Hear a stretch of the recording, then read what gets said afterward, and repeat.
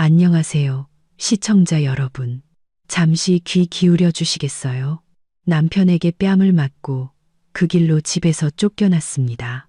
저는 망설임 없이 이혼 서류에 도장을 찍고 한도 5천만 원짜리 블랙카드를 정지시켰습니다. 다음 날, 제 가족 카드로 결제하려던 남편은 그 자리에서 얼어붙고 말았죠. 차가운 에어컨 바람이 목덜미로 쏟아졌지만 마음속으로 퍼져나가는 냉기에 비할 바는 아니었습니다. 수입 가죽 소파에 미동도 없이 앉아 있는 한 손은 여전히 왼쪽 뺨 위에 얹혀 있었습니다. 화끈거리는 통증이 서서히 퍼져나가기 시작했죠. 그것은 뺨 한 대였습니다. 지난 3년간 제 곁을 지켜온 남편이자 건장한 성인 남성이 온 힘을 다해 내리친 딱이었습니다. 서울의 고급 아파트 안 공기가 무겁게 내려앉았습니다. 벽시계의 초침 소리가 민준의 거친 숨소리와 뒤섞여 건조하게 울렸습니다. 술 냄새가 진동했습니다. 그는 거실 한가운데 서 있었습니다. 이 집 가구 대부분은 제 월급으로 산 것들이었죠. 그의 눈은 분노로 붉게 충혈되어 있었습니다. 저는 고개를 들어 남편을 바라보았습니다. 그 순간 한때 다정했던 그 남자는 끔찍할 정도로 낯설게 느껴졌습니다. 그의 얼굴은 술 기운과 오랫동안 억눌러온 분노로 일그러져 있었습니다. 셔츠 한쪽은 허리띠 밖으로 삐져나와 최근 그가 얼마나 망가져가고 있는지를 보여주고 있었습니다. 민주는 저를 향해 손가락질했습니다.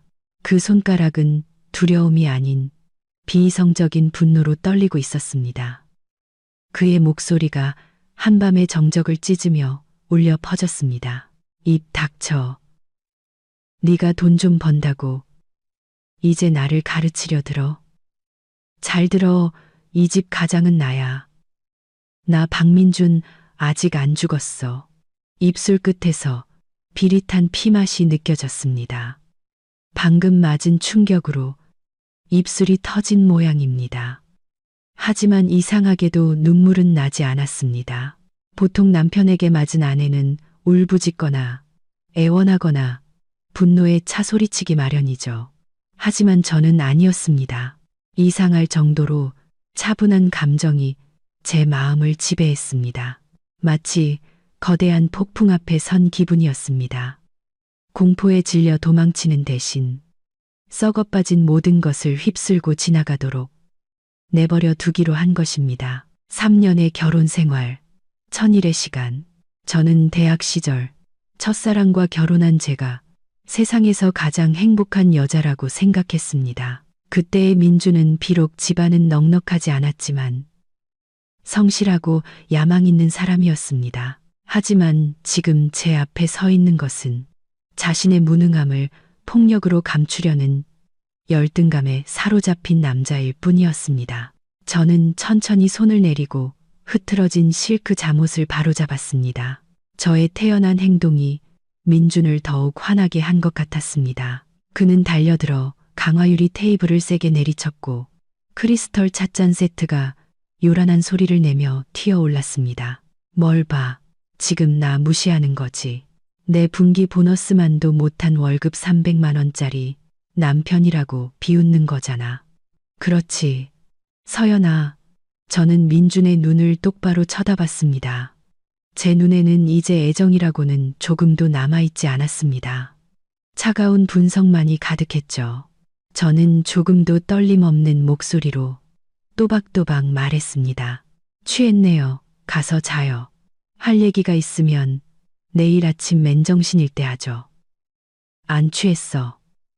민주는 소리치며 테이블 위 장식용 꽃병을 바닥으로 쓸어버렸습니다. 도자기가 깨지는 소리가 귀를 찔렀습니다. 오늘 아침 제가 직접 꽂은 백합들이 마룻바닥 위에서 지시겨졌습니다. 그를 향한 저의 마지막 존중심이 사라지는 순간과도 같았죠. 정신 똑똑히 차리고 있어. 널 제대로 가르쳐야겠어. 회사에서 팀장이라고 집에 와서까지 왕비 노릇하려 들지 마. 아내면 남편 말에 순종하고 남편 체면을 세워줄 줄 알아야지. 넌 입만 열면 돈, 돈, 돈. 비교질이나 해대고. 저는 바닥에 잔해를 말없이 바라보았습니다. 날카로운 도자기 파편들이 샹들리에 불빛을 받아 반짝였습니다. 우리가 어쩌다 이 지경까지 왔는지 떠올려 봤습니다.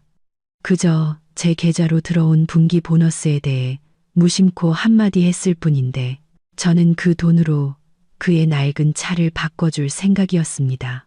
하지만 열등감이라는 뒤틀린 렌즈를 통해 저의 호의는 그에게 굴욕으로 비쳤던 겁니다. 뺨의 통증은 제 인내심의 한계가 무너졌음을 상기시켰습니다. 저는 운명에 순응하는 여자가 아닙니다. 저는 수백 명의 직원을 관리하는 영업팀장 이서연입니다. 저는 위기 대처법을 압니다. 그리고 이 결혼은 제가 겪어본 최악의 위기였습니다. 저는 자리에서 일어나 깨진 조각들을 넘어 작은 방으로 향했습니다. 민주는 여전히 그 자리에 서서 거친 숨을 몰아쉬며 도전적인 눈빛으로 제 뒷모습을 쳐다보고 있었습니다. 방문을 닫기 전 저는 오늘 밤 마지막으로 그를 돌아보았습니다. 민준 씨, 제 목소리는 가벼웠지만 강철처럼 단단했습니다. 당신은 방금 당신이 가졌던 가장 소중한 걸 잃었어요. 돈이 아니라 나를. 오늘 밤을 똑똑히 기억해요. 당신이 내 몸에 손댈 수 있는 마지막 기회였으니까. 저는 문을 세게 닫고 안에서 잠갔습니다. 밖에서는 민준의 욕설과 함께 무언가를 부수는 소리가 들려왔습니다. 저는 문에 등을 기댄 채 눈물이 터져 나오지 않도록 울지 않을 겁니다. 여자의 눈물은 그 가치를 아는 남자에게만 의미가 있습니다. 폭력을 쓰는 자에게 눈물은 나약함의 증거일 뿐이죠. 오늘 밤은 긴 밤이 될 겁니다. 하지만 저는 압니다. 내일 해가 뜨면 저는 다른 사람이 되어 있을 거라는 것을. 더 이상 맹목적으로 인내하고 용서하는 아내는 없을 겁니다. 어째서 그 따귀가 날아왔는지 이해하려면 지난 한 달간 있었던 일들을 되짚어 봐야 합니다. 어떤 폭풍도 예고 없이 찾아오지는 않는 법이죠. 우리 결혼의 하늘은 이미 오래전부터 잿빛이었습니다. 그저 제가 애써 외면하며 잠시 지나가는 먹구름일 뿐이라고 스스로를 속였을 뿐입니다. 상황이 악화되기 시작한 것은 사흘 전이었습니다. 그날 저는 평소보다 늦게 퇴근했습니다. 중요한 프로젝트의 데이터를 마감해야 해서 밤 8시 가까이까지 사무실에 남아 있었죠. 문을 열고 집에 들어서자마자 지독한 담배 연기가 코를 찔러 기침이 터져 나왔습니다. 거실 소파에는 민준이 푹 파묻혀 앉아 있었고 테이블 위에는 반쯤 비운 양주병과 담배꽁초로 가득 찬 재떨이가 놓여 있었습니다. TV에서는 뉴스가 나오고 있었지만 소리는 꺼져 있었고 깜빡이는 푸른 빛만이 남편의 수척한 얼굴을 비추고 있었습니다. 저는 가방을 내려놓고 한숨을 삼키며 그에게 다가갔습니다. 또 술 마셨어요? 저는 부드럽게 물으며 술병을 치우려 했습니다. 의사 선생님이 위 안 좋으니까 빈속에 술 마시지 말랬잖아요. 뭐 먹었어요? 저녁 데워줄까요? 민주는 술병을 확 낚아챘습니다. 흐릿한 눈으로 저를 원수처럼 쳐다봤죠. 왜 이렇게 늦게 와? 또 접대했어? 아니면 어떤 놈이랑 같이 있었냐? 저는 그 자리에 얼어붙었습니다.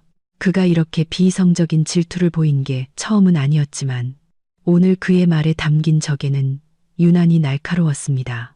저는 침착하게 설명하려 애썼습니다. 분기 마감이라 마케팅팀이랑 회의하느라 늦었어요. 당신도 알잖아요. 민주는 비웃었습니다. 비뚤어진 조소가 가득했죠. 어련하시겠어. 우리 팀장님은 바쁘시지. 돈 버는 여왕님이시니까. 나는 뭐 그냥 빌빌대는 회사원 나부랭이고 일도 제대로 안 풀려서 일찍 집에 와 아내나 기다리는 셔터맨 신세고 내 얼굴 이제 지겹지? 가슴이 답답해져 왔습니다. 한 달 전부터 민준의 사업이 어려움을 겪고 있었습니다. 친구와 함께 건축 자재 가게를 열었지만 동업자에게 큰돈을 사기당했고 손님도 뜸해졌습니다. 당신 스트레스 받는 거 아니까 제 일에 대해서는 한 번도 힘든 내색 안 했어요.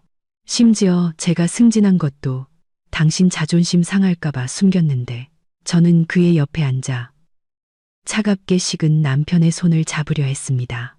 왜 그렇게 말해요? 난 한 번도 당신을 그렇게 생각한 적 없어요.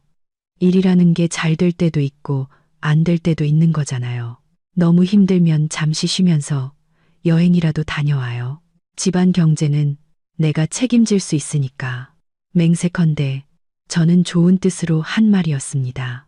제가 든든한 버팀목이라는 걸 알려주고 싶었죠. 하지만 저는 틀렸습니다. 아내에게 열등감을 느끼는 남자에게 그런 관심은 동정이자 그의 자존심을 짓밟는 모욕에 지나지 않았습니다. 민주는 제 손을 거칠게 뿌리치고 벌떡 일어났습니다. 닥쳐.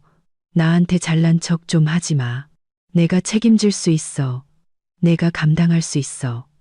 말은 참 번지르르 하지. 온 세상 사람들이 내가 아내 치마폭에 쌓여 산다고 알게 하고 싶은 거냐. 나 여행 보내놓고 너는 그 시간에 더 잘난 놈들 만나러 다니려고 그러지. 저는 남편을 보며 깊은 무력감을 느꼈습니다. 어떻게 진심 어린 위로가 이렇게까지 악의적으로 왜곡될 수 있을까요? 민준 씨, 너무 심하잖아요.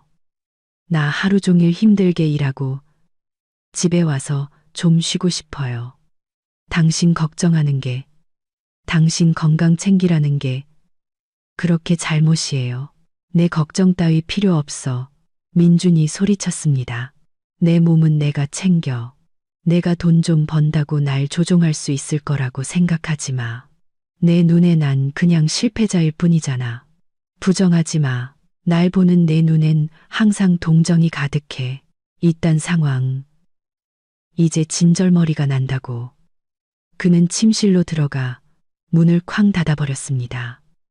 저는 담배 연기 자욱한 거실에 홀로 남아 눈물을 흘렸습니다. 이 호화로운 집을 둘러보았습니다. 모든 것이 편리하고 비쌌지만 너무나도 차가웠습니다. 3년 전 우리가 막 결혼했을 때가 떠올랐습니다. 그때 우리는 작은 원룸에 새들어 살며 라면 한 봉지를 나눠 먹었지만 웃음이 끊이지 않았습니다. 그런데 우리가 꿈꾸던 모든 것을 이룬 지금 우리 부부 사이의 거리는 까마득히 멀어졌습니다.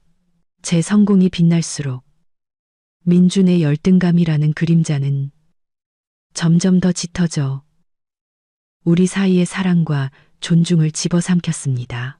저는 일어나 담배꽁초와 술병을 치웠습니다. 기계적으로 청소하며 스스로에게 물었습니다. 내가 뭘 잘못한 걸까? 내가 너무 강해서 7일옹에만 남편보다 돈을 잘 버는 게 죄인 걸까? 그날 밤 저는 소파에서 잤습니다. 민주는 저를 부르러 나오지 않았고 저도 방에 들어가지 않았습니다. 우리 집 안에서 우리가 처음으로 별거한 밤이었습니다. 그것은 더 큰 폭풍이 다가오고 있음을 알리는 신호였습니다. 그 폭풍 속에서 남자의 자존심과 여자의 희생이 정면으로 부딪혀 결코 메울 수 없는 균열을 만들어낼 폭풍이었습니다. 저는 그녀가 저를 보는 그 눈빛이 싫습니다. 순종적이면서도 관용적인, 그러면서도 사람의 속을 꿰뚫어 보는 듯한 그 눈빛. 서연은 제가 무능하다고 직접적으로 말한 적은 없습니다. 하지만 그녀의 모든 행동, 과도한 관심 하나하나가 제 자존심에 박히는 가시 같았습니다. 오늘도 저는 작은 공사 현장에 자재를 납품하는 계약에 실패했습니다. 발주처 놈이 제 행색과 제가 타고 온 낡은 차를 훑어보더니 비웃으며 말했습니다. 한번 검토해보죠. 그 말투가 무슨 뜻인지 저는 잘 압니다. 저에게 능력이 없고 자본도 없다고 무시하는 겁니다. 저는 무거운 마음으로 집에 발걸음을 옮겼습니다. 고급 아파트 로비에 들어서자 경비 아저씨가 환하게 웃으며 인사했습니다. 박 선생님, 사모님은 오늘 일찍 오셨습니다. 맛있는 거 많이 사오시던데요. 들어보세요. 경비 아저씨까지 이 집 부엌의 주인이 사모님이라는 걸 압니다. 여기 사람들 눈에 저는 그저 이서연 팀장 남편, 운 좋게 부자 아내를 만난 놈일 뿐입니다. 이 아파트는 공동명의지만 매달 나가는 대출 이자를 서연이가 낸다는 걸 모르는 사람은 없습니다. 제 월급 300만 원, 차비, 접대비, 시골 어머니께 용돈 좀 보내드리고 나면 남는 게 얼마나 될까요? 이 화려한 서울 땅의 비싼 생활비에 비하면 턱없이 부족하죠. 부엌에 들어가니 서연이가 분주하게 요리를 하고 있었습니다. 맛있는 냄새가 진동했지만 속이 울렁거렸습니다. 서연이가 환하게 웃으며 돌아봤습니다. 왔어요? 씻고 와요. 밥 먹게. 오늘 당신 좋아하는 김치찌개 끓였어. 그녀가 아직 갈아입지 않은 비싼 오피스룩, 소파 위에 던져진 명품 가방을 보자 제 자신이 한없이 작고 비참하게 느껴졌습니다. 저 가방 하나가 제 석 달치 월급보다 비쌀 겁니다. 밥. 저도 모르게 퉁명스러운 목소리가 튀어나왔습니다. 맨날 밥 타령이야. 나 피곤한 거 안 보여? 서연의 입가에서 미소가 사라졌습니다. 그녀는 놀란 눈으로 저를 쳐다봤습니다. 왜 그래요? 가게에서 또 안 좋은 일 있었어요? 또 그 관심 어린 말투, 그게 저를 미치게 만듭니다. 내 가게 얘기 좀 그만해. 저는 낡은 서류 가방을 소파에 던졌습니다. 지금 아주 신났지. 남편은 사업 말아먹고 있는데 자기는 승승장구하고 돈은 물처럼 들어오니 기분 째지냐. 서연은 가스 불을 끄고 저를 마주 보고 섰습니다. 그녀의 얼굴에 서운함이 스쳤지만 여전히 침착함을 유지하려 애썼습니다. 민준 씨, 왜 그렇게 삐뚤어지게 생각해요? 나는 당신 아내예요. 당신이 성공하면 기쁘고 실패하면 걱정되지. 내가 왜 신이 나겠어요? 내가 힘들게 일하는 것도 다 이 가정을 위해서예요. 가정을 위해서. 저는 비웃었습니다. 아니면 권력을 과시하고 싶은 거겠지. 이 집 좀 봐. TV, 냉장고, 내가 타는 차까지 전부 내 돈이잖아. 넌 날 이 집에서 빌어먹는 놈으로 만들었어. 밖에 나가면 사람들이 널 유능하다고 칭찬하고 집에 와선 그 유능함으로 내 머리 꼭대기에 앉아 있잖아. 내가 언제 당신 머리 꼭대기에 앉았어요? 서연의 목소리가 높아지고 눈가가 붉어지기 시작했습니다. 난 당신을 최대한 존중했어요. 돈 문제로 불평한 적 한 번도 없었고 친구들이나 가족들 앞에서 항상 당신 체면 세워주려고 노력했잖아요. 진짜 존중을 원해. 저는 식탁을 내리쳤습니다. 동정 말고 네가 시골 내려가서 우리 부모님께 용돈 드리고 조카들 선물 사주고 꼭 네가 우리 집안 전체의 은인인 것처럼 굴잖아. 사람들이 나 박민주는 무능해서 처가덕에 산다고 손가락질하게 만들려고 그러는 거지. 말도 안 되는 소리 좀 그만해요. 서연도 더는 참지 못했습니다. 그건 자식된 도리잖아요. 당신이 돈이 없으면 내가 대신하는 거고 그게 며느리 된 도리라고요. 부모님이 궁핍하게 사시는 걸 봐야 속이 시원하겠어요. 저는 할 말을 잃었습니다. 하지만 곧바로 그 말을 삼켰습니다. 그녀의 논리는 항상 옳았습니다.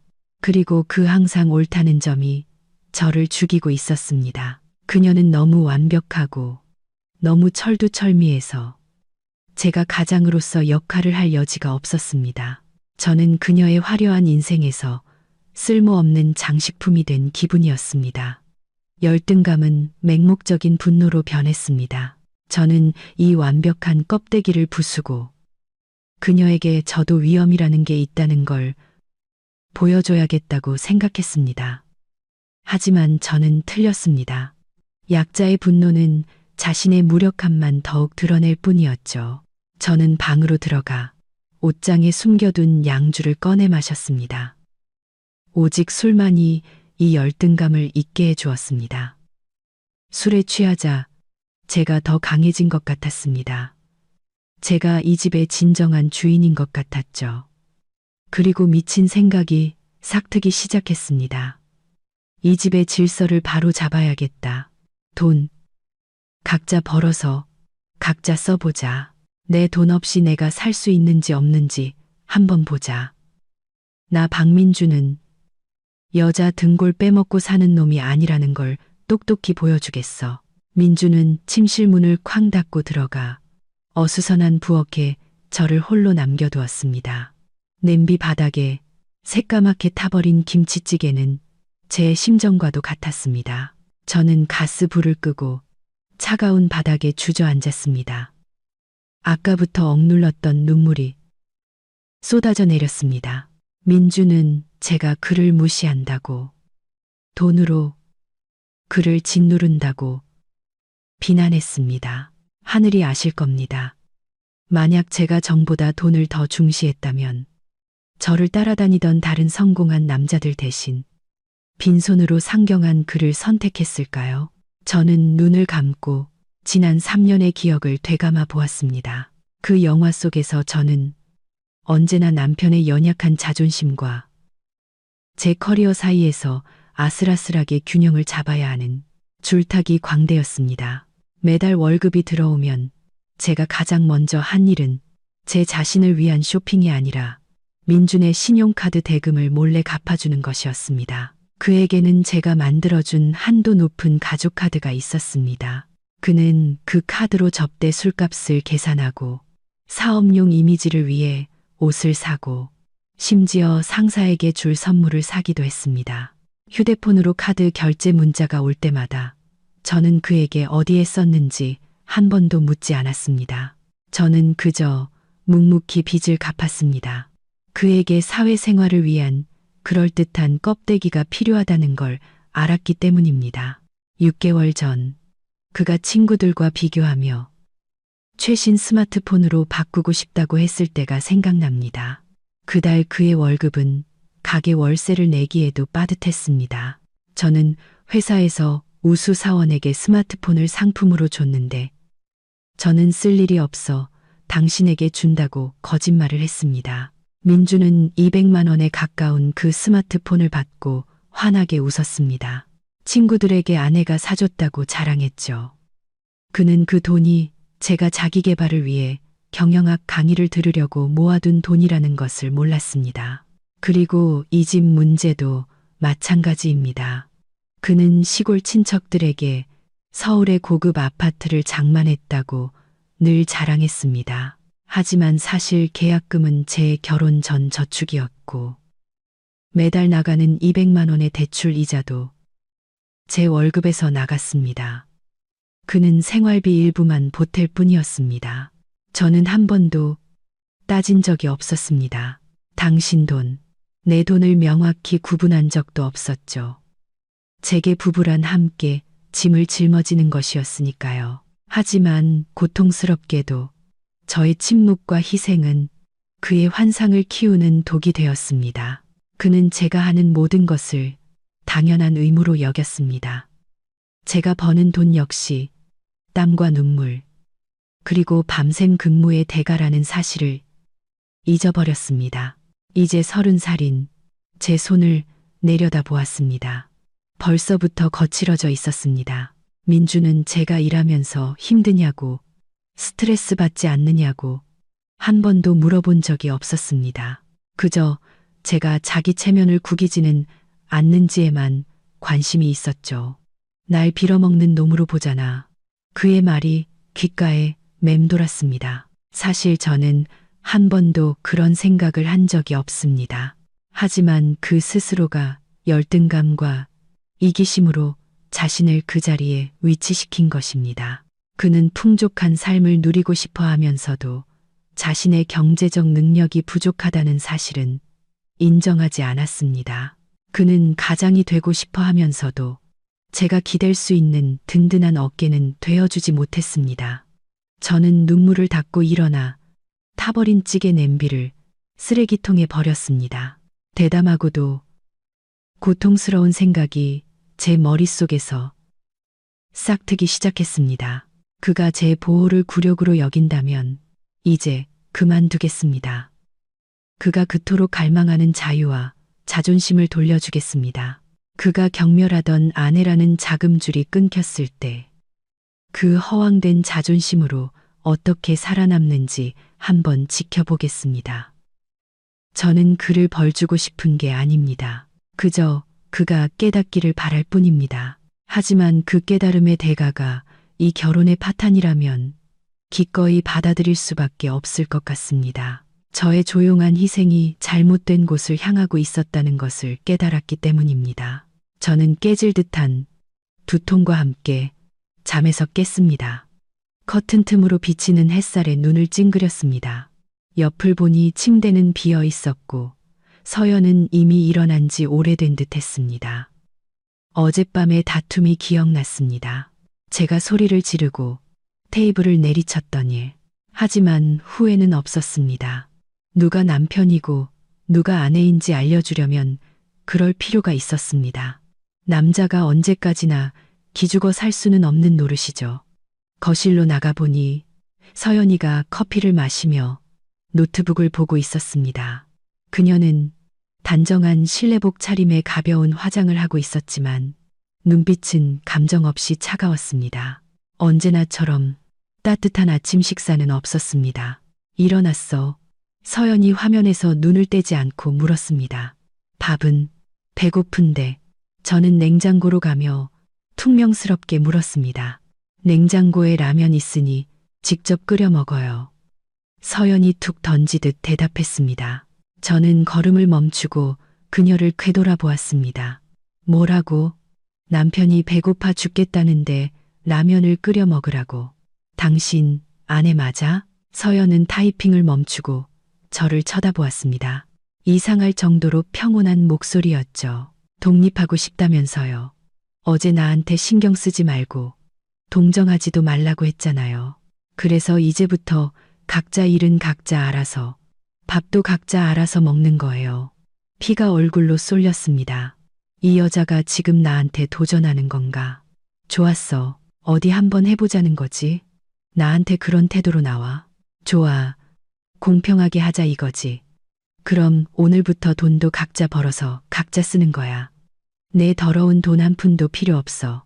내가 벌어서 내가 먹고 살 테니 너 없이 내가 굶어 죽나 한번 보자고. 저는 호기롭게 선언했습니다.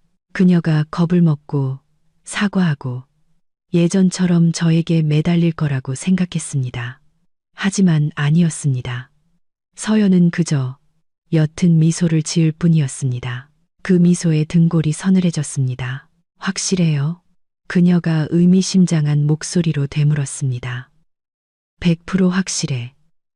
저는 으르렁거렸습니다. 내 월급 300만 원이면 먹고 사는데 충분해. 아내한테 돈 타 쓰거나 내 이름으로 된 신용카드 쓰는 거 이제 지긋지긋하다고. 나도 남자고 자존심이 있어. 지금부터 생활비는 반반이다. 더 이상 얹혀 산다는 소리 듣기 싫으니까. 서연은 노트북을 덮고 일어나 와인 캐비닛으로 가더니 종이와 펜을 꺼내왔습니다. 좋아요. 그렇게 말했으니 확실히 하죠. 돈은 각자 관리하고 생활비는 반반. 하지만 미리 말해두는데 반반은 모든 걸 반반으로 나누는 거예요. 당연히 공평해야지. 내가 전기세, 수도세도 못 낼 줄 알아? 저는 콧방귀를 뀌었습니다. 써봐. 하나도 빠짐없이 다 써보라고. 그때 저는 정말로 제가 감당할 수 있다고 믿었습니다. 300만 원은 적은 돈이 아니니까요. 머릿속으로 계산해 봤습니다. 식비 50만 원, 교통비 20만 원, 공과금 해봤자 30만 원 정도겠지. 그래도 술 마시고 시골에 돈 보낼 돈은 충분히 남겠다고 생각했습니다. 제가 스스로 파고 있는 무덤이 얼마나 깊은지 그때는 몰랐습니다. 서연은 종이에 망설임 없이 써내려가기 시작했습니다. 첫째, 이 아파트 대출 원금과 이자 매달 400만 원. 절반인 200만 원은 당신 부담이에요. 저는 깜짝 놀랐습니다. 200만 원이라는 숫자가 제 귀에 천둥처럼 울렸습니다. 뭐, 그렇게 많아. 잊었어요. 여기 강남 30평대 아파트잖아요. 금리도 계속 오르고 있고, 지금까지 내가 다 내서 당신이 몰랐던 거겠죠. 공평하게 하자면서요. 아니면 이 부분은 내가 내줄까요? 그럼 또 얹혀 사는 게 될 텐데? 저는 할 말을 잃었습니다. 남자의 체면이 후퇴를 허락하지 않았습니다. 됐어. 200만 원 낼 수 있어. 좋아요. 서연은 계속 썼습니다. 둘째, 아파트 관리비, 주차비, 인터넷, 케이블 TV, 요금. 합쳐서 한 달에 약 50만 원. 절반인 25만 원은 당신 부담. 식은땀이 등 뒤로 흘렀습니다. 200만 원에 25만 원을 더하면 225만 원. 이제 제게 남은 돈은 한 달 식비, 교통비, 개인 용돈을 합쳐 75만 원뿐이었습니다. 셋째. 서연은 멈추지 않았습니다.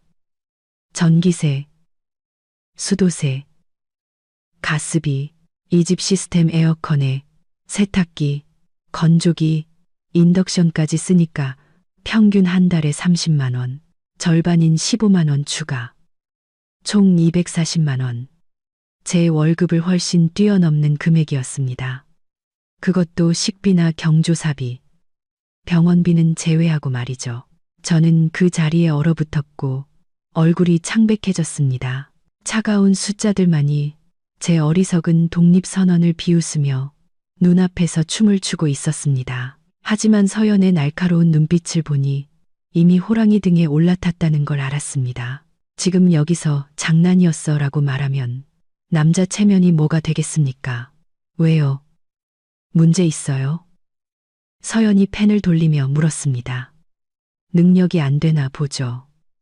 안 되면 그냥 말해요. 예전처럼 내가 먹여 살려줄 테니 대신 다시는 내 앞에서 자존심 타령은 하지 마세요. 그녀의 도발적인 한마디가 제게 남은 마지막 이성을 날려버렸습니다. 누가 능력이 안 된대. 저는 마음속의 두려움을 감추기 위해 소리쳤습니다. 낼 수 있어. 다 적어. 월말에 칼같이 정산해 줄 테니 사람 무시하지 마. 서연은 미소를 지으며 종이를 제 쪽으로 밀었습니다. 그럼 여기 사인해요. 이번 달부터 시행하는 걸로. 아, 그리고 지난달 당신이 스마트워치 사고 친구들이랑 노래방 가서 쓴 카드값 100만 원도 은행에 갚으셔야겠네요. 가족 카드는 회수할게요. 저는 떨리는 손으로 펜을 잡고 사인했습니다. 제 서명은 앞으로 저를 기다릴 암울한 미래처럼 비뚤어져 있었습니다. 저는 아내와의 금융전쟁에 공식적으로 참전했습니다. 시작부터 패배가 확실한 전쟁이었지만 어리석은 오만함은 제가 그 사실을 깨닫지 못하게 했습니다. 저는 텅 빈 지갑과 무거운 머리를 안고 집을 나섰습니다. 이 돈을 어떻게 메꿔야 할까? 사채라도 써야 하나? 저는 회사 근처 저가 커피숍에 앉아 있었습니다. 얼음이 다 녹아 밍밍해진 아이스 아메리카노를 만지작거리며 아침에 본 비용 명세서 때문에 머리가 지끈거렸습니다. 식비를 제외하고도 한 달에 240만 원, 이번 달은 마이너스, 심지어 큰 적자였습니다. 월급날은 아직 멀었고 제 지갑에는 현금 5만 원이 전부였습니다. 평소 같았으면 스타벅스에 들어가 시원한 음료를 시키고 서연이의 카드를 긁으며 여유롭게 휴대폰을 봤을 겁니다. 하지만 오늘 그 카드는 우리 집 식탁 위에 남겨졌습니다. 서연은 말한 대로 했습니다. 제가 그 빌어먹을 종이에 사인하자마자 가족 카드를 회수해버렸죠. 휴대폰이 울렸습니다. 고향 친구 지훈이었습니다. 야, 친구, 오늘 점심에 해산물 어때? 강남역에 새로 생긴 데가 있는데 대게가 그렇게 신선하대. 내가 예쁜 애들도 몇 명 부를게. 저는 메시지를 보며 침을 삼켰습니다. 평소 같았으면 바로 오케이, 내가 쏜다 라고 답장했겠지만 지금 제 손가락은 화면 위를 맴돌 뿐이었습니다.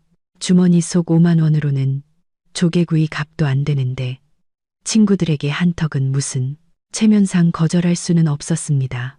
오늘 중요한 미팅이 있어서 안 되겠다. 다음에 보자. 답장을 보내고 휴대폰을 테이블에 던지며 한숨을 쉬었습니다. 비참한 기분이 스며들기 시작했습니다. 그동안 제가 부리던 허세는 전부 아내의 돈으로 쌓아 올린 것이었습니다. 서연이 없으니 저는 평범한 술자리 하나도 망설여야 하는 신세였습니다. 점심에는 길거리 허름한 기사식당에서 제육볶음을 먹었습니다. 8,000원짜리 백반, 퍽퍽한 밥에 얇고 탄 고기 몇 점. 저는 밥을 씹으며 서연이가 사무실로 종종 시켜주던 푸짐한 도시락을 떠올렸습니다. 전부 유명 식당의 맛있는 음식에 수입 과일까지 후식으로 나왔었죠. 그때는 그녀에게 낭비라고 타박했는데 이제는 낭비하고 싶어도 할 수가 없었습니다.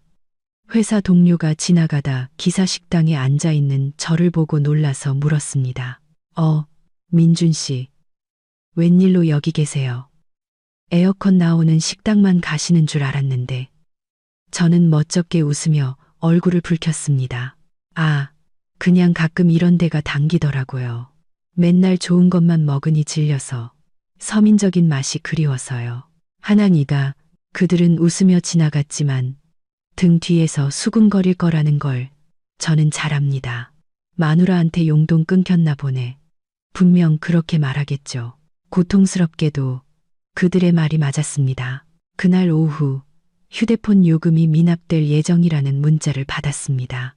평소에는 서연의 계좌에서 자동으로 납부되었죠. 하지만 오늘 통신사에서 온 문자는 연락을 유지하는 것조차 돈이 필요하다는 사실을 냉정하게 알려주었습니다. 저는 남은 돈을 긁어모아 1만 원짜리 요금을 겨우 충전했습니다.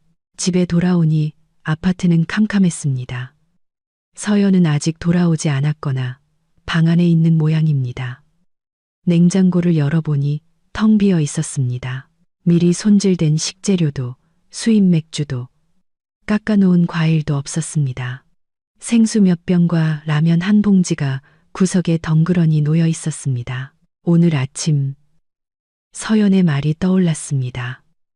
밥은 각자 알아서. 그녀는 진심이었습니다. 농담이 아니었죠. 저는 라면을 끓여 전기세가 무서워 불도 켜지 않은 어두운 부엌에서 먹었습니다. 한 젓가락 삼킬 때마다 굴욕감에 목이 메었습니다. 저는 서연이 단지 재정적 지원만 끄는 게 아니라는 걸 깨달았습니다.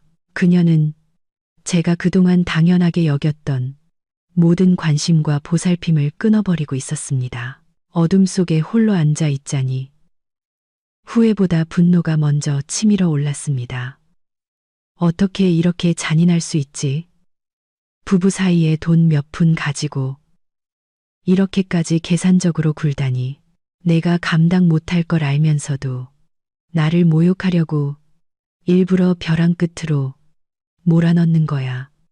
좋았어. 내가 고생하는 꼴을 보고 싶다 이거지. 얼마든지 버텨주지. 너한테 돈 한 푼 달라고 입 여는 일은 절대 없을 거야. 차라리 한 달 내내 라면만 먹고 말지. 내 앞에서 고개 숙이지 않겠어. 제 안에 남자라는 자존심이 그 어느 때보다 강하게 타올랐습니다. 하지만 그것은 맹목적이고 어리석은 자존심이었습니다. 저는 저녁 7시에 집에 돌아왔습니다. 손에는 마트에서 사온 장바구니가 들려 있었습니다. 제 몫으로 샐러드와 닭가슴살, 요거트를 좀 샀죠. 거실을 지나가는데 민준이 TV를 보고 있었습니다. 테이블 위에는 다 먹은 라면, 그릇이 놓여 있었죠. 그는 저를 쳐다보지 않았지만 굳어있는 그의 자세에서 긴장감이 느껴졌습니다. 저는 부엌으로 들어가 제 저녁을 준비했습니다. 평소 같으면 민준이 좋아하는 음식을 만드느라 분주했을 겁니다.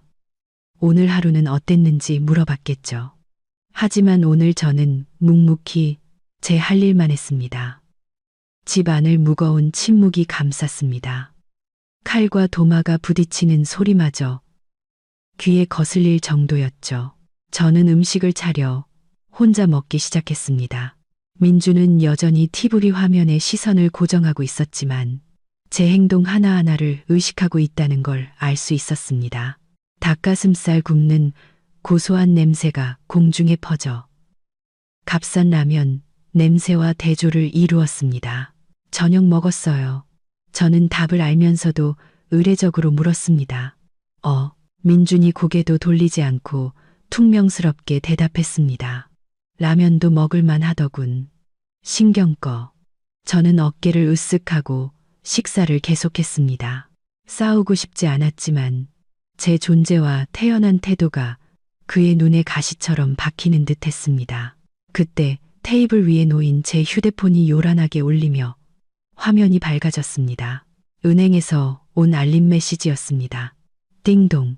평소라면 즐거웠을 입금 알림음이 이 순간만큼은 민준의 인내심에 종말을 고하는 소리처럼 들렸습니다. 저는 휴대폰을 들어 확인했습니다. 회사에서 온 분기 보너스였습니다. 예상대로 4천만 원. 이번 달 월급까지 합쳐 5천만 원 가까운 돈이 들어왔습니다. 저도 모르게 중얼거렸습니다. 드디어 보너스 들어왔네. 그것은 실수였습니다. 치명적인 실수. 민준이 방 돌아보았습니다. 그의 눈이 번뜩였습니다. 그는 자리에서 일어나 식탁으로 성큼성큼 다가오더니 제가 반응하기도 전에 제 손에서 휴대폰을 낚아챘습니다. 보너스. 민준이 화면의 숫자를 보며 으르렁거렸습니다. 5천만 원. 내 분기 보너스가 내 2년치 연봉이네. 휴대폰 돌려줘요. 저는 침착하게 손을 내밀었습니다. 내가 힘들게 일해서 번 내 돈이에요. 민주는 돌려주는 대신 휴대폰을 소파 위로 세게 던졌습니다. 일부러 그랬지. 그가 소리쳤습니다. 일부러 알림 소리 크게 해서 나 들으라고 그런 거잖아. 나 약 올리려고. 너는 부자고 잘났고 내 남편은 라면이나 먹는 거지 새끼라고 자랑하고 싶었던 거지. 망상 좀 그만해요. 저는 자리에서 일어나 목소리가 떨리지 않도록 애썼습니다. 문자가 와서 본 것뿐인데 내가 당신 얘기 한마디라도 했어요? 왜 항상 내가 당신을 무시한다고 생각하는 거예요? 네가 그렇게 행동하니까. 민준이 제게 다가왔습니다. 진한 술 냄새가 풍겼습니다. 언제부터 마신 걸까요? 아마 어제 마시다 남은 양주를 마셨나 봅니다. 내 꼴을 좀 봐. 비싼 옷 입고 월급은 수천만 원씩 받고 집에 와선 얼음장처럼 차갑고 나한테 그 빚더미 각서에 사인하게 만들어 놓고 이제 내 앞에서 내 성공을 즐기고 있잖아. 내가 이 집에서 개만도 못한 존재야. 민준 씨, 취했어요. 제가 소리쳤습니다. 지금 무슨 말도 안 되는 소리를 하는 거예요. 재정적으로 독립하자고 한 건 당신이에요. 공평하게 하자고 한 것도 당신이고 이제 와서 왜 나를 탓해요. 그딴 싸구려 독립 따위 필요 없어. 민준이 고함을 질렀습니다. 호칭이 바뀌기 시작했죠. 내가 내 남편이야. 내 돈도 내 돈이라고. 카드 내놔. 당장. 그는 제게 달려들어 가방을 뒤져 지갑을 찾으려 했습니다. 저는 겁에 질려 뒷걸음쳤지만 등이 벽에 닿았습니다. 미쳤어요? 저는 그를 밀어내려 애썼습니다. 무슨 돈이 당신 돈이에요? 당신이 이 집에 보탠 돈이 한 푼이라도 있어요? 그 말이 비수가 되었습니다. 저는 말을 내뱉는 순간 실수했다는 걸 알았지만 이미 늦었습니다. 당신이 이 집에 보탠 돈이 한 푼이라도 있어요?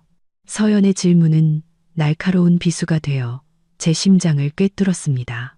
그 말은 제가 그동안 애써 감추려 했던 모든 것을 발가 벗겼습니다.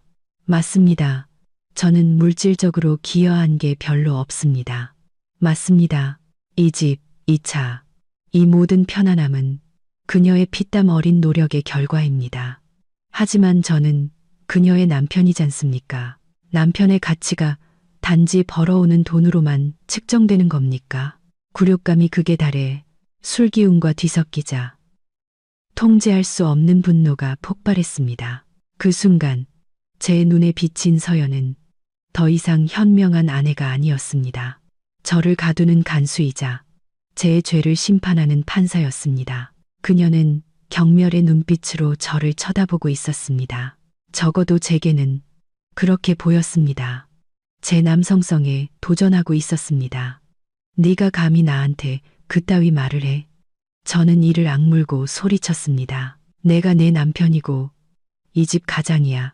네가 돈 좀 있다고 내 머리 꼭대기에 앉아서 날 빌어먹는 놈 취급해. 당신을 빌어먹는 놈 취급한 적 없어요. 서연이 얼굴을 붉히며 맞받아쳤습니다. 하지만 당신 행동을 좀 돌아봐요. 그게 남자다운 행동이에요. 술이나 마시고 집에 와서 아내한테 행패 부리는 게 존중받고 싶으면 남자답게 행동하라고요. 아, 네가 날 가르쳐. 네가 팀장이면 집에 와서도 왕 노릇해도 되는 줄 알아. 내가 남편을 어떻게 존중해야 하는지 똑똑히 가르쳐 주지. 저는 더 이상 제 행동을 제어할 수 없었습니다. 벼랑 끝에 몰린 짐승처럼 제 팔이 본능적으로 허공을 갈랐습니다. 짝, 건조하고 고통스러운 소리가 울려 퍼졌습니다. 제 손바닥이 화끈거렸습니다. 서연의 고개가 옆으로 세차게 돌아가고 머리카락이 흘러내려 얼굴 한쪽을 가렸습니다. 순식간에 공간은 정적에 휩싸였습니다. 제 거친 숨소리와 에어컨 소리만이 맴돌았죠. 저는 제 손을 내려다보며 망연자실했습니다. 내가 지금 무슨 짓을 한 거지? 내가 아내를 때렸어. 지난 3년간 아무리 크게 싸워도 저는 그녀에게 손댄 적이 없었습니다. 저는 스스로를 폭력을 쓰지 않는 교양 있는 남자라고 자부해 왔습니다. 하지만 오늘 이 딱이 한 방이 모든 것을 무너뜨렸습니다. 서연이 천천히 고개를 돌렸습니다. 그녀의 하얀 뺨에 제 5손가락 자국이 붉게 새겨져 있었습니다. 입가에는 피가 맺혔습니다. 하지만 가장 무서운 것은 그녀의 눈빛이었습니다. 두려움도 애원도 없었습니다. 오직 소름 끼치는 냉기만이 가득했습니다. 마치 낯선 사람, 이미 죽은 사람을 보는 듯한 눈빛이었습니다. 순간 후회가 밀려왔지만 거대한 자존심이 즉시 그것을 짓눌렀습니다. 지금 사과하면 내 권위는 모두 사라진다. 이왕 때린 거 남편의 위험을 확실히 보여줘야 한다. 그녀가 두려움을 느끼고 복종하게 만들어야 한다. 그 버릇없는 태도에 대한 교훈이야. 저는 목소리의 떨림을 감추기 위해 소리쳤습니다. 앞으로 처신 잘해. 또 내 손이 올라가게 만들지 말고. 말을 마친 저는 등을 돌려 테이블 위에 있던 차키와 텅 빈 지갑을 집어들었습니다. 이곳을 벗어나야 했습니다. 그녀의 눈빛을 단 1초도 더 마주할 자신이 없었습니다. 저는 집 밖으로 뛰쳐나갔습니다. 폐허가 된 거실에 홀로 서 있는 아내를 뒤로 한 채 저는 제가 이겼다고, 아내에게 평생 잊지 못할 교훈을 줬다고 생각했습니다. 하지만 저는 몰랐습니다. 바로 그 따귀가 우리 결혼 생활에 마침표를 찍었다는 것을. 민준의 등 뒤로 문이 쾅 닫히면서 우리 사이에 남은 마지막 부부의 정도 함께 사라졌습니다. 집안은 다시 고요해졌지만 무덤 같은 정적이었습니다. 저는 여전히 그 자리에 서서 아픈 뺨을 만졌습니다. 하지만 이 육체적 고통이 저를 그 어느 때보다 정신 차리게 만들었습니다. 저는 화장실로 들어가 거울 속 제 모습을 보았습니다. 한쪽 뺨은 붉게 부어오르고 입술은 터지고 머리는 헝클어져 있었습니다. 이게 성공한 커리어 우먼의 모습인가? 아니요. 이건 결혼에 실패한 여자의 모습이었습니다. 저는 차가운 물을 틀어 얼굴에 세게 끼얹었습니다. 찬물이 상처를 진정시켰지만 마음속에서 타오르는 결심의 불꽃을 끌 수는 없었습니다. 민주는 넘지 말아야 할 선을 넘었습니다. 가정폭력은 단 한 번이라도 용납될 수 없는 것입니다. 이번에 용서하면 두 번째, 세 번째가 있을 것이고 그 후는 처음보다 더 잔혹해질 겁니다. 저는 욕실에서 나와 책상에 앉았습니다. 컴퓨터를 켰지만 일을 하기 위함이 아니었습니다. 인터넷 뱅킹 시스템에 접속하기 시작했습니다. 민주는 자신이 가장이라고 생각합니다. 주먹으로 저를 가르칠 수 있다고 생각하죠. 좋습니다. 진짜 권력이 누구 손에 있는지 보여주겠습니다. 권력은 주먹이나 고함에서 나오는 게 아닙니다. 자신의 삶과 돈을 지배하는 능력에서 나오는 거죠. 저는 민준에게 발급된 가족 카드 목록을 확인했습니다. 플래티넘 카드 하나, JCB 카드 하나, 총 한도는 5천만 원이었습니다. 예전에는 그의 체면을 위해 마음껏 쓰도록 내버려 뒀지만 오늘 밤 이 카드들은 쓸모없는 플라스틱 조각이 될 겁니다. 시계를 보니 밤 12시가 다 되어갔습니다. 시스템 정기 점검 시간이라 온라인으로 즉시 카드를 정지시킬 수 없었습니다. 내일 아침까지 기다려야 했습니다. 저는 밤새 잠들지 못했습니다. 넓은 집안을 서성이며 가구 하나하나를 만져보았습니다. 이 소파는 우리가 함께 골랐고 저 그림은 그가 결혼 1주년 기념으로 선물한 것이었습니다. 모든 추억이 밀려왔지만 이제는 씁쓸함만 남았습니다. 저는 제 개인 짐을 챙기기 시작했습니다. 당장 떠나려는 게 아니라 계산된 이별을 준비하기 위함이었습니다. 바로 이혼하지는 않을 겁니다. 지금 이혼하는 건 그에게 너무 쉬운 길입니다. 저는 그가 진정한 상실감을 맛보게 하고 싶었습니다. 제가 없으면 그가 아무것도 아니라는 사실을 깨닫게 하고 싶었습니다. 새벽 3시쯤 문에서 달그락거리는 소리가 들렸습니다. 민준이 돌아왔습니다. 만취해서 비틀거리며 들어오더니 거실 소파에 쓰러져 바로 코를 골기 시작했습니다. 아내를 때려놓고도 아내가 돈 내는 집, 아내가 산 소파 위에서 그는 편안하게 잠들었습니다. 그의 무심함과 이기심은 극에 달했습니다. 저는 잠든 민준을 내려다보았습니다. 마음에는 어떤 동요도 없었죠. 얇은 담요를 가져와 그에게 덮어주었습니다. 동정심 때문이 아니라 그가 교훈을 얻기도 전에 얼어 죽는 걸 원치 않았기 때문입니다. 잘 자요, 예비 전남편. 저는 속삭였습니다. 내일 아침 눈을 뜨면 당신의 세상은 무너져 있을 테니까. 아침 8시 저는 VIP 고객인 신한은행 지점에 도착했습니다. 하얀색 정장을 차려입고 뺨의 옅은 멍을 가리기 위해 꼼꼼하게 화장을 했습니다. 뜬 눈으로 밤을 새운 피곤한 눈을 가리기 위해 선글라스도 썼죠. 은행 안은 시원하고 상쾌한 레몬그라스 향이 났습니다. 저를 늘 담당하던 직원이 환하게 웃으며 맞이했습니다. 서연 고객님, 오늘 일찍 오셨네요. 어떤 업무 도와드릴까요? 저는 의자에 앉아 선글라스를 벗고 직원을 똑바로 쳐다보았습니다. 제 계좌에 연결된 박민준 씨 명의의 가족카드 전부 정지시켜 주세요. 직원은 잠시 놀란 듯 멈칫했습니다. 네, 전부 정지하신다고요? 플래티넘 카드랑 JCB 카드 둘 다요? 네, 영구 정지요. 지금 바로 처리해 주세요. 제 목소리는 얼음처럼 차갑고 단호했습니다. 제 심각한 표정을 본 직원은 뭔가 짐작한 듯 했습니다.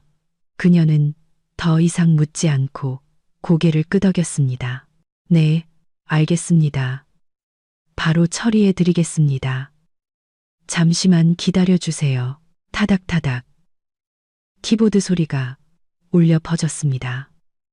그 소리 하나하나가 저와 민준 사이에 재정적 연결고리를 끊어내는 칼날 같았습니다. 저는 오가는 사람들을 바라보았습니다. 집을 사기 위해 대출 상담을 받는 젊은 부부의 눈은 희망으로 반짝였습니다. 저도 한때는. 하지만 희망은 양쪽이 함께 가꾸지 않으면 결국 시들고 맙니다. 처리됐습니다, 고객님. 직원이 영수증을 건네며 말했습니다. 이제부터 박민주님 명의의 카드로는 어떤 거래도 불가능합니다. 고마워요. 저는 영수증을 접어 지갑에 넣었습니다. 아, 그리고 어제 그 카드로 결제된 내역이 있는지 확인 좀 해줄 수 있어요?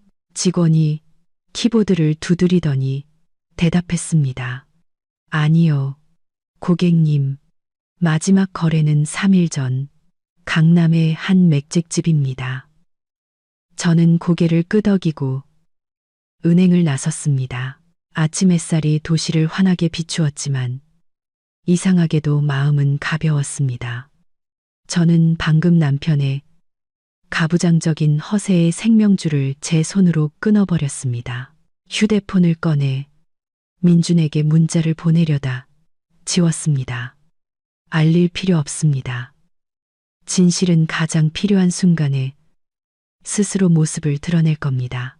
예기치 못한 충격이 교훈을 더욱 뼈아프게 만들 테니까요. 저는 택시를 타고 회사로 향했습니다. 오늘 중요한 회의가 있었습니다. 하늘이 무너져도 일은 계속되어야 합니다. 저는 이서연입니다. 그 어떤 것도 제 커리어를 방해하도록 내버려 두지 않을 겁니다. 민주는 그저 그의 마지막 평화로운 아침을 즐기게 놔두죠. 저는 해가 중천에 떴을 때 잠에서 깼습니다. 머리는 깨질 듯 아프고 목은 바싹 말라 있었습니다. 몸을 일으키니 온몸이 쑤셨습니다. 어젯밤의 기억이 끊어진 필름처럼 희미하게 떠올랐습니다. 다툼, 고함, 그리고 허공을 가르던 제 손. 저는 벌떡 일어나 거실을 둘러보았습니다. 집은 섬뜩할 정도로 조용했습니다. 서연은 이미 출근한 지 오래였습니다. 식탁 위에는 아침 식사도 쪽지도 없었습니다.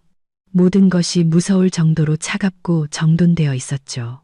저는 여전히 얼얼한 오른손을 주무르며 생각했습니다. 내가 그녀를 때렸어. 그 사실에 약간의 죄책감이 들었지만 어젯밤 그녀는 너무 심했습니다. 내 자존심을 건드렸죠. 정신 차리게 하려면 딱이 한 대쯤은 필요했습니다. 여자는 가르치지 않으면 안 돼. 하지만 서연의 성격을 압니다. 그녀는 뒤끝이 길 겁니다. 그리고 더 중요한 건 지금 제가 돈이 필요하다는 사실입니다. 지갑은 텅 비었고 카드는 그녀가 정지시키겠다고 으름장을 놓았죠. 저는 그냥 겁을 준 거라고 생각했습니다. 상황을 무마하려면 제가 먼저 숙이고 들어갈 필요가 있었습니다. 남자가 아내에게 조금 져주는 게 뭐 대수겠습니까? 목적만 달성하면 되죠.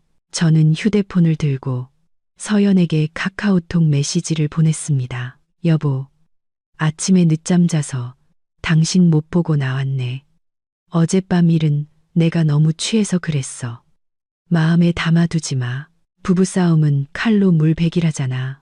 내가 잘못했어. 점심은 먹었어. 저녁에 일찍 와. 맛있는 거 사줄게. 메시지를 보내고 나서 안도의 한숨을 쉬었습니다. 이렇게 달콤한 사과 메시지를 보내면 그녀의 마음도 누그러질 겁니다. 여자란 다 그렇지 않습니까? 달콤한 말에 약하죠.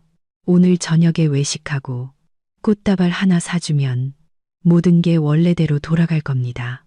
그녀는 다시 제게 카드를 주고 예전처럼 저를 지원해 주겠죠. 메시지 옆에 일이 거의 바로 사라졌습니다.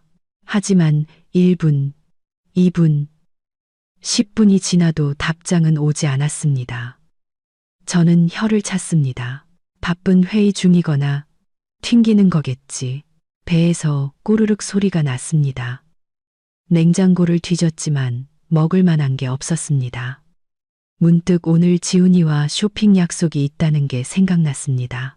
지훈이가 수입 정장을 싸게 파는 곳이 있다고 했는데 다음 주 중요한 고객을 만나려면 제대로 된 옷 한 벌이 필요했습니다. 이 계약만 성사되면 꽤 큰 수수료를 받게 될 거고 그걸로 서연이 코를 납작하게 해줄 수 있을 겁니다. 저는 지훈에게 전화를 걸었습니다.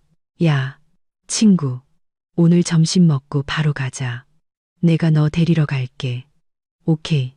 근데 오늘은 네가 쏘냐, 내가 쏘냐. 나 돈 없는데. 지훈이 신나서 물었습니다. 저는 자신감 넘치는 목소리로 비웃었습니다. 걱정 마. 내가 다 쏜다. 어제 마누라 한번 잡았더니 아주 고양이 앞에 쥐가 됐어. 돈 걱정은 붙들어 매라고. 저는 옷을 갈아입고 머리를 손질했습니다. 거울 속 제 모습은 여전히 멋졌습니다. 비싼 정장을 입고 큰 계약을 따내고 서연의 얼굴에 돈다발을 던져줄 상상을 하니 이마에 주름이 펴지는 것 같았습니다. 저는 지갑을 챙겼습니다. 그 안에는 반짝이는 신용카드들이 들어 있었죠. 이것이 바로 제 힘이었습니다. 저는 그 카드들이 이제는 쓸모없는 플라스틱 조각이 되었다는 사실도, 제 가식적인 사과가 가라앉는 배를 구할 수 없다는 사실도 전혀 알지 못했습니다. 저는 지훈을 태우러 가면서 아무 일도 없었다는 듯 기분이 들떴습니다. 지훈은 저와 어릴 적부터 친한 친구지만 서울에서 저보다 더 고생하며 살고 있습니다. 아직 월세방에 살며 낡은 오토바이를 타고 다니죠. 그래서 그를 만날 때마다 저는 제가 꽤 운이 좋은 편이라고 생각합니다. 비록 아내 덕이긴 하지만 저에겐 좋은 집과 차, 그리고 세련된 겉모습이 있으니까요. 지훈이 차에 타며 감탄했습니다. 야, 차 진짜 조용하다. 에어컨도 빵빵하고 내 오토바이는 완전 찜통인데 진짜 네가 제일 부럽다. 민준아, 돈 많은 아내 만나서 좋겠다. 지훈의 말은 가려운 곳을 긁어주는 것 같으면서도 제 열등감이라는 종기를 건드렸습니다. 저는 씩 웃으며 운전하면서 인생 선배처럼 훈계했습니다. 돈이 많아도 아내는 남편 말 잘 듣게 해야지. 우리 남자가 가장인데 여자가 머리 꼭대기에 올라앉게 놔둘 수는 없잖아. 내가 평소에 마누라한테 잘해주는 것 같아도 집에서는 내 말이 곧 법이야. 진짜 서연이 누나 되게 무서울 것 같은데 팀장님이잖아. 지훈이 눈을 동그랗게 떴습니다. 회사에서나 팀장이지 집에 오면 그냥 내 여자일 뿐이야. 저는 신나게 허풍을 떨었습니다.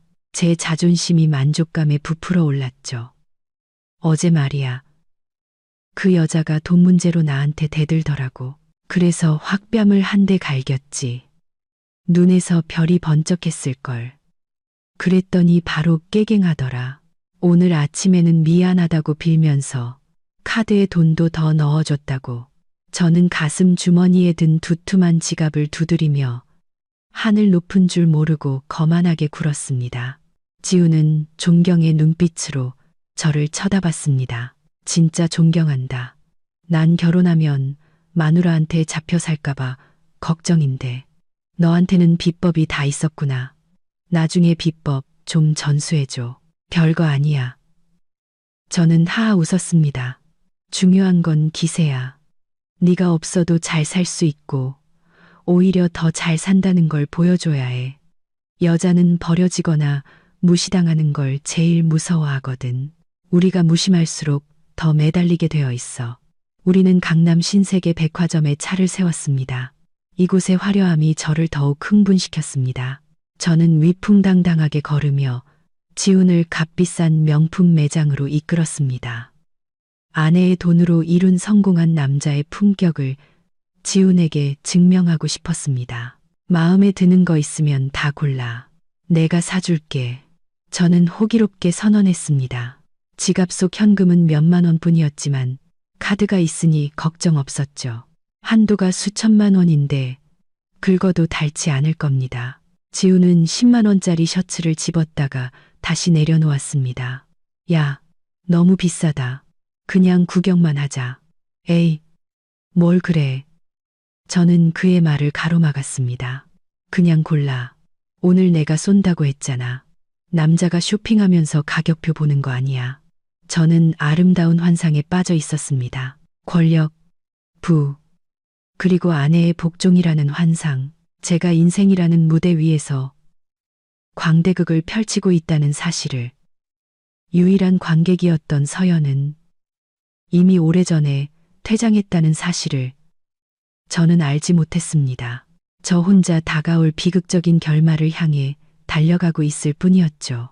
우리는 피에르 가르댕 남성복 매장으로 들어섰습니다. 따뜻한 조명이 정교하게 재단된 정장들을 비추고 있었죠. 새 옷감과 고급스러운 향수 냄새가 코를 찔러 제 소유욕을 자극했습니다. 검은 유니폼을 입은 아름다운 직원이 미소를 지으며 다가왔습니다. 안녕하세요, 고객님.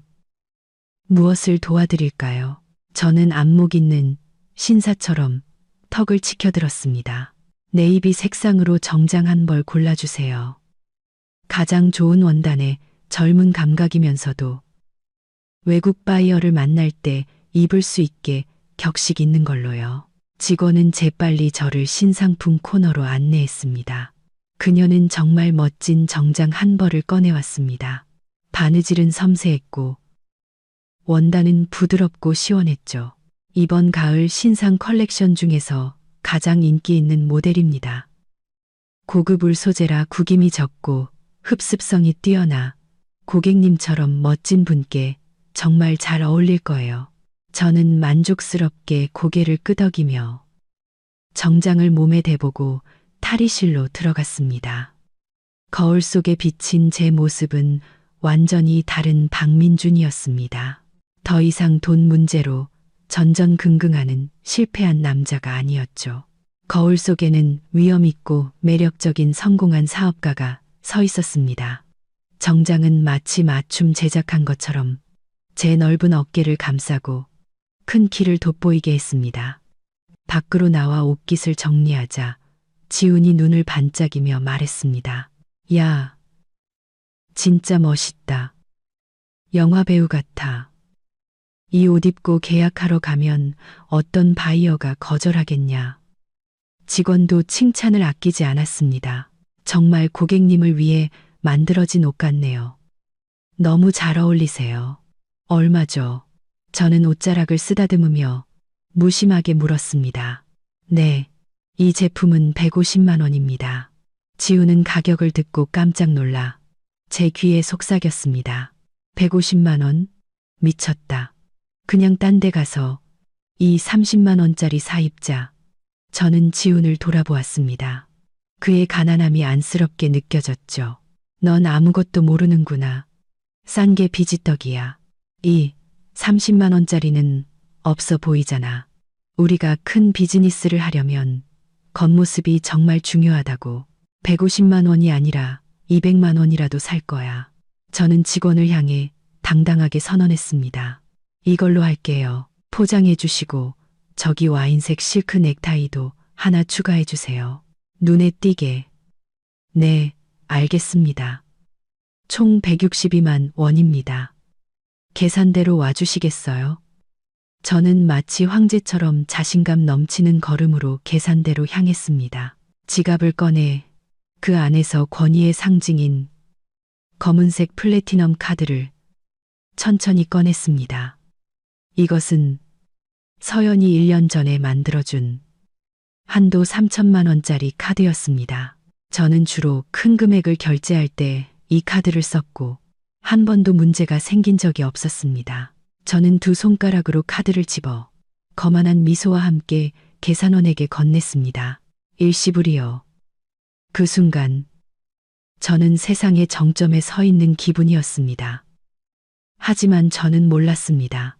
제 발밑에 바로 나락이 펼쳐져 있고 저를 삼키기 위해 입을 벌리고 있다는 것을. 계산원은 두 손으로 카드를 받아들고 능숙하게 단말기에 넣었습니다. 저는 계산대에 기댄 채 쇼핑이 끝나면 5성급 호텔 해산물 뷔페에 갈 계획에 대해 지훈에게 떠들고 있었습니다. 이거 끝나면 그랜드 호텔 가서 랍스터 뷔페나 먹자. 거기 랍스터가 그렇게 신선하대. 마음껏 먹어. 돈 좀 있다고 쪼잔하게 굴면쓰나 지우는 침을 꿀꺽 삼키며 고개를 끄덕였습니다. 내 덕에 호강한다. 친구야. 삑삑삑. 단말기에서 이상한 소리가 났습니다.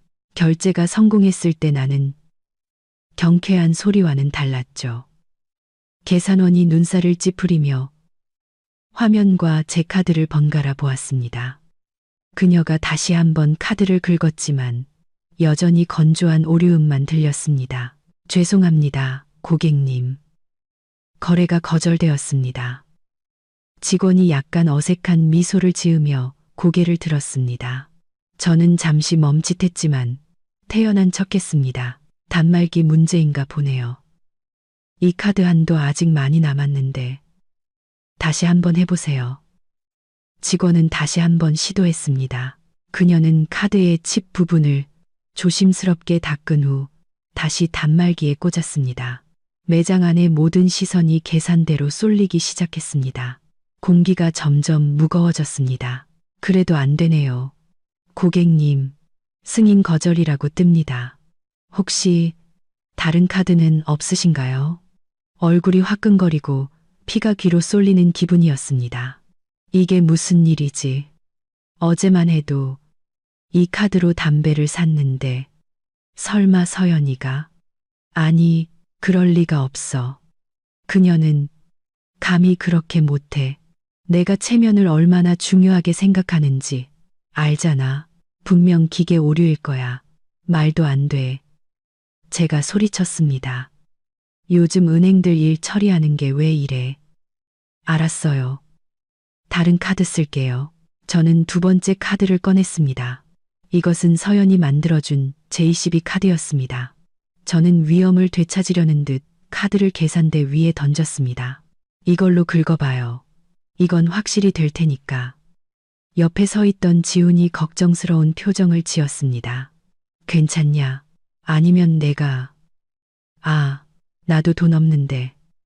걱정 마. 저는 속으로 폭풍이 몰아치고 있었지만 그를 안심시켰습니다. 전산 오류일 뿐이야. 꼭 필요할 때마다 이러더라. 저는 계산원의 손놀림을 숨죽여 지켜보았습니다. 1초, 2초, 3초. 시간이 영원처럼 느리게 흘렀습니다. 그리고 삑, 삑, 삑. 또다시 그 빌어먹을 소리가 났습니다. 단말기는 거래 실패를 알리는 작은 영수증을 뱉어냈습니다. 계산원은 난처한 눈빛으로 저를 쳐다보았습니다. 그 눈빛에는 약간의 의심이 섞여 있었죠. 고객님, 이 카드도 거절되었습니다. 식은땀이 이마에 맺히기 시작했습니다. 심장이 가슴속에서 미친 듯이 뛰었습니다. 두 개의 카드, 서로 다른 은행, 동시에 전산 오류가 난리가 없었습니다. 불길한 예감이 목을 조여왔습니다. 저는 군중 속에서 발가 벗겨진 기분이었습니다. 아까까지 저를 선망의 눈으로 보던 직원들과 다른 손님들의 시선이 이제는 호기심과 조롱으로 바뀌었습니다. 150만 원짜리 정장을 입고 번쩍이는 구두를 신은 남자가 계산 하나 제대로 못하고 있었습니다. 다시 해봐요.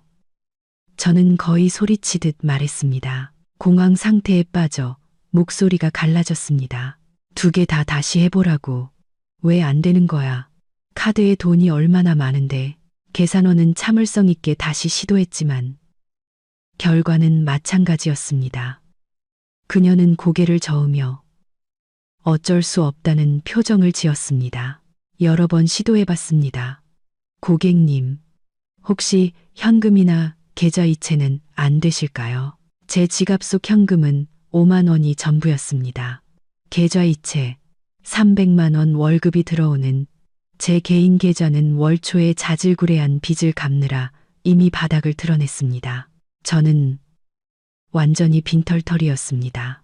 저는 도움을 바라는 눈으로 지훈을 쳐다보았습니다. 하지만 지훈은 제 눈을 피하며 휴대폰을 보는 척했습니다. 그도 알고 있었습니다. 자신은 도움이 안 된다는 것을. 그리고 아마 저와 함께 있는 것이 창피해지기 시작했을 겁니다. 저는 지갑을 뒤져 혹시 남은 카드가 없는지 찾았습니다. 대학 시절에 쓰던 낡은 농협 체크카드가 하나 있었습니다. 잔액이 몇천 원 정도 남아있을 겁니다. 저는 절박한 심정으로 마지막 카드를 직원에게 건넸습니다.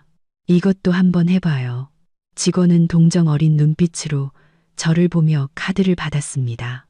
그녀가 카드를 긁자 이번에는 카드 오류가 아니라 잔액 부족 메시지가 떴습니다. 카드는 되네요, 고객님. 그런데 잔액이 부족합니다. 35,000원밖에 없네요. 그녀의 말은 어제 서연에게 맞은 뺨보다 더 아픈 두 번째 따귀가 되어 제 얼굴에 날아왔습니다. 35,000원. 그것이 아내에게 큰 소리치던 이 가장의 전 재산이었습니다. 저는 그 자리에 얼어붙었고 손발을 어디에 둬야 할지 몰랐습니다. 몸에 걸친 정장은 불에 달군 쇠 갑옷처럼 무겁게 느껴졌습니다. 쥐구멍이라도 숨고 싶었습니다. 당장 이 세상에서 사라지고 싶었죠. 고객님, 직원이 조심스럽게 불렀습니다. 혹시 가족분께 전화해서 은행에 확인해 보시는 건 어떠세요? 보안 문제로 카드가 잠겼을 수도 있으니까요. 가족에게 전화하라고요? 이 카드들에 대한 권한을 가진 유일한 가족은 서연이었고 그녀는 무섭도록 침묵하고 있었습니다. 저는 떨리는 손으로 휴대폰을 꺼내 은행 고객센터 번호를 눌렀습니다. 진실을 알아야 했습니다. 마음속으로는 이미 9할은 짐작하고 있었지만 고객센터와 연결되는 동안 계산원이 갑자기 입을 열었습니다. 그녀는 단말기와 연결된 컴퓨터 화면에서 더 자세한 정보를 본 듯했습니다. 아, 고객님. 시스템의 상세 오류 코드가 업데이트되었네요. 저는 휴대폰을 내리고 그녀를 뚫어지게 쳐다보았습니다. 심장이 낳는 것 같았죠. 무슨 오류인데요. 직원은 제가 창피할까봐 주위를 살피며 저와 지훈만 들을 수 있도록 목소리를 낮춰 말했습니다. 저 시스템에 따르면 이 카드는 주카드 소유자의 요청으로 영구 동결 및 해지 처리되었다고 나옵니다. 플래티넘 카드와 JCB 카드 모두 동일한 상태입니다. 주카드 소유자. 그 세 단어는 제게 남은 마지막 체면을 산산조각 내는 망치 소리처럼 울려 퍼졌습니다. 주카드 소유자는 서연이었습니다. 저는 그저 부카드 소유자, 일시적으로 돈 쓸 권한을 부여받은 기생충에 불과했습니다. 그리고 그 권한은 그녀가 원하면 언제든 빼앗을 수 있는 것이었죠. 제 얼굴은 붉어졌다가 창백해지고 다시 잿빛으로 변했습니다. 발밑에 땅이 꺼지는 것 같았습니다. 옆에 서 있던 지우는 입을 떡 벌리고 저를 이상한 생물체 보듯 쳐다봤습니다. 내 마누라가 카드 정지시킨 거야? 지훈이 믿을 수 없다는 목소리로 물었습니다. 네가 마누라를 가르쳤다며, 네가 가장이라며. 지훈의 질문은 제가 쓰고 있던 가면을 찢어버렸습니다. 더 이상 숨길 것이 없었습니다. 초라하고 비참한 진실이 드러났습니다. 저는 성공한 사업가도 위험 있는 남편도 아니었습니다. 저는 그저 아내에게 빌부터 사는 가난뱅이였고 대낮에 사람들 앞에서 생명줄이 끊긴 신세였습니다. 주변 손님들이 수군거리기 시작했습니다. 멀쩡하게 생겨서 마누라 카드를 쓰네. 뭔가 잘못해서 용돈 끊겼나 봐. 꼴 좋다. 남자가 돈도 없이 쇼핑을 와. 그 속삭임들이 바늘이 되어 제 살을 찔렀습니다. 저는 계산대 위에 카드들을 허둥지둥 집어 지갑에 쑤셔 넣었습니다. 손이 너무 떨려서 카드 하나를 바닥에 떨어뜨렸습니다. 저는 몸을 숙여 카드를 주었습니다. 마치 온 세상 앞에 고개를 숙여 부서진 자존심 조각을 줍는 기분이었습니다. 저 그냥 안 살게요. 저는 직원의 눈을 마주치지 못하고 더듬거리며 말했습니다. 집에 가서 아내한테 다시 물어봐야겠어요. 뭔가 오해가 있었나 봐요. 저는 몇 분 전까지만 해도 제 것이라고 생각했던 정장을 급히 벗어 직원에게 돌려주었습니다. 이제는 손에 닿을 수 없는 물건이었습니다. 저는 뒤도 돌아보지 않고 문을 향해 걸었습니다. 피에르 가르댕 매장에서 거의 도망치다시피 빠져나왔습니다. 지훈이 뒤에서 헐레벌떡 따라왔습니다. 야, 민준아, 같이 가. 왜 이렇게 급해? 저는 대답하지 않고 주차장으로 향했습니다. 머릿속은 혼란스러웠고 굴욕감이 온몸을 태우는 것 같았습니다. 저는 친구 앞에서, 낯선 사람들 앞에서, 그리고 가장 중요하게는 제 자신 앞에서 발가벗겨졌습니다. 주차장에 도착해 저는 차에 주저앉아 두 손으로 머리를 감쌌습니다. 지훈이 다가와 팔짱을 끼고 저를 내려다보았습니다. 그의 눈에는 더 이상 아침의 존경심이 없었습니다.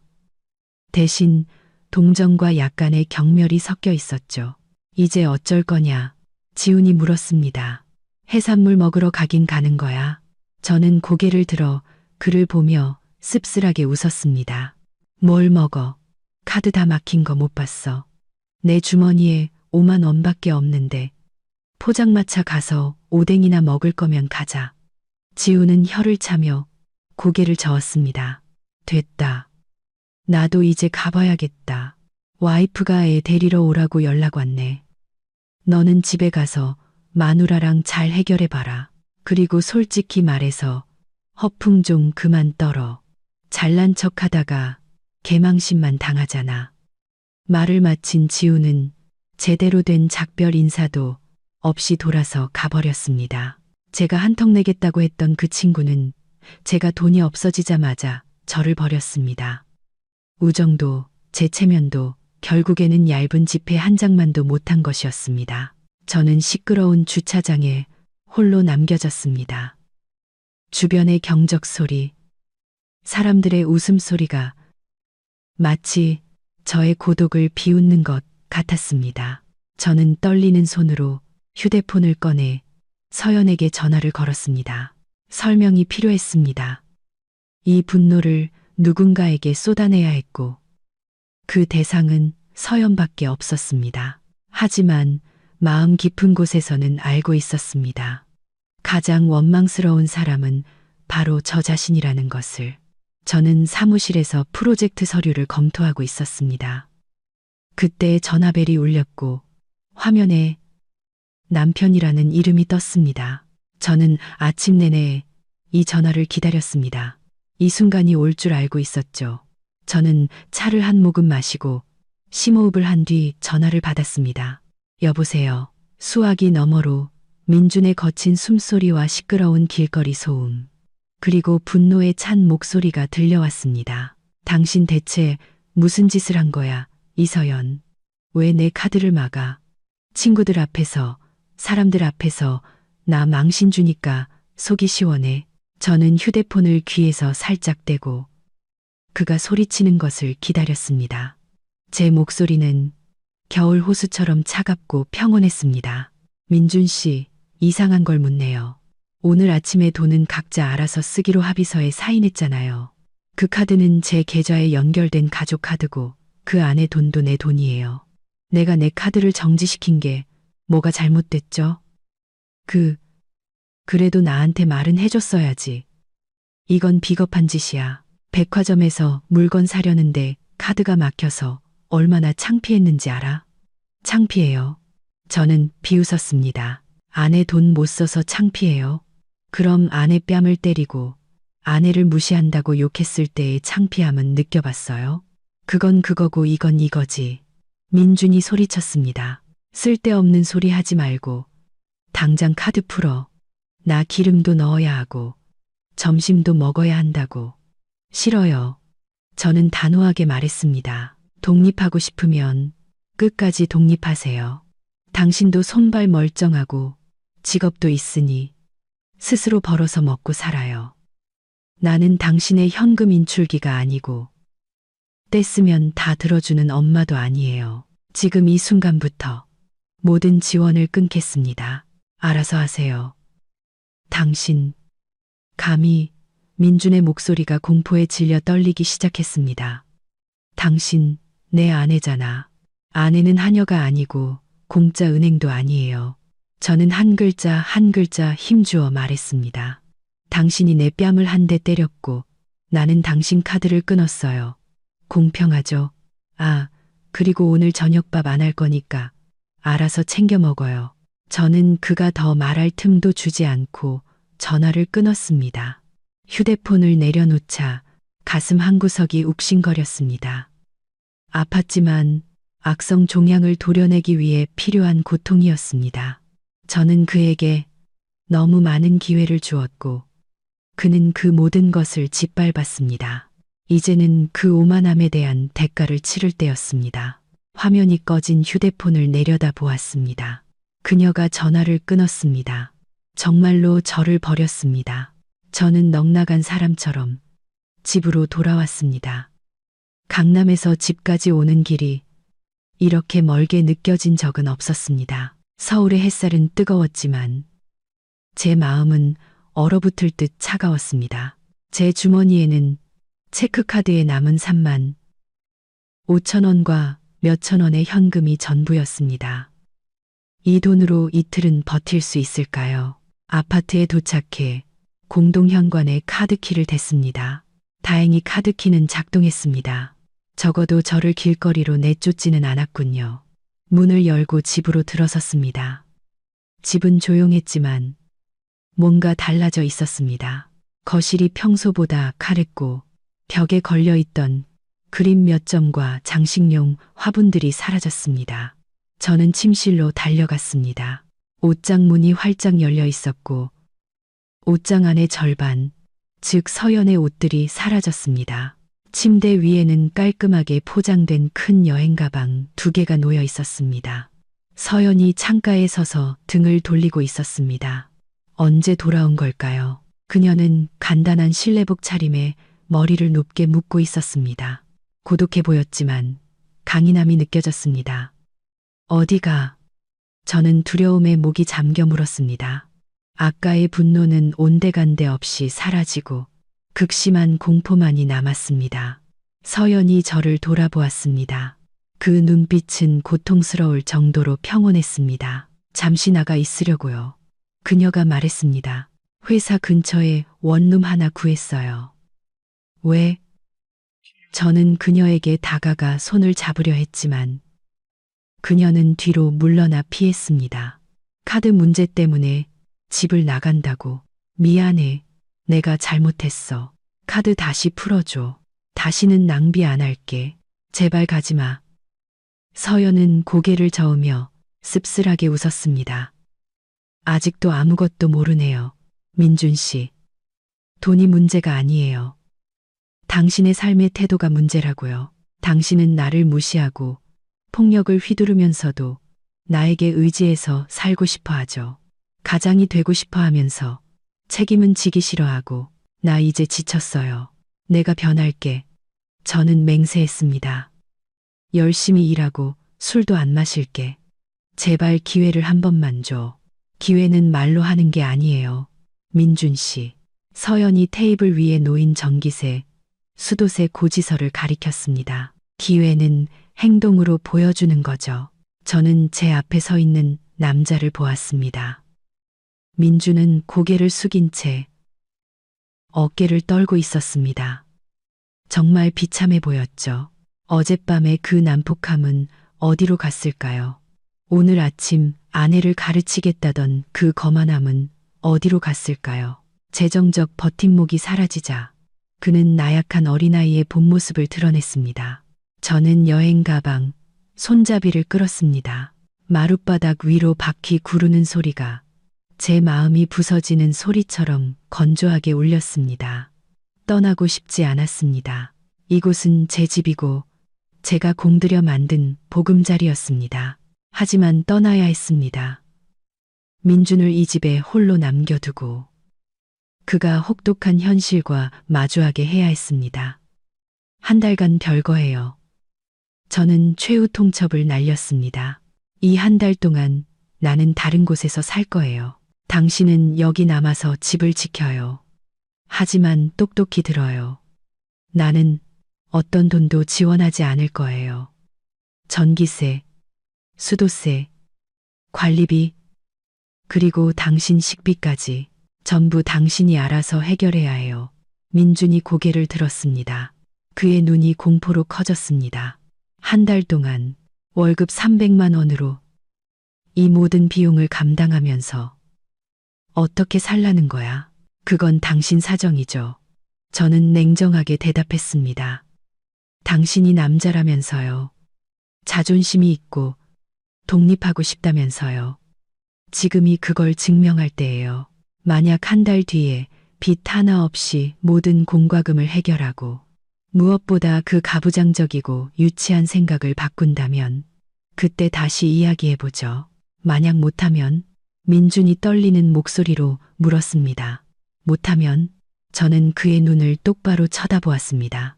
내 이름으로 서명된 이혼 서류가 법원으로 보내질 거예요. 그때 우리는 부부가 아니라 원고와 피고로 만나게 되겠죠. 저는 여행 가방을 끌고 문으로 향했습니다. 민주는 그 자리에 얼어붙어 저를 붙잡지 못했습니다. 제가 말하면 실행한다는 것을 그도 알고 있었습니다. 저는 문을 열고 바람이 부는 복도로 나섰습니다. 문을 닫기 전 마지막 말을 건넸습니다. 당신이 그토록 꿈꾸던 독립적인 삶, 행운을 빌어요.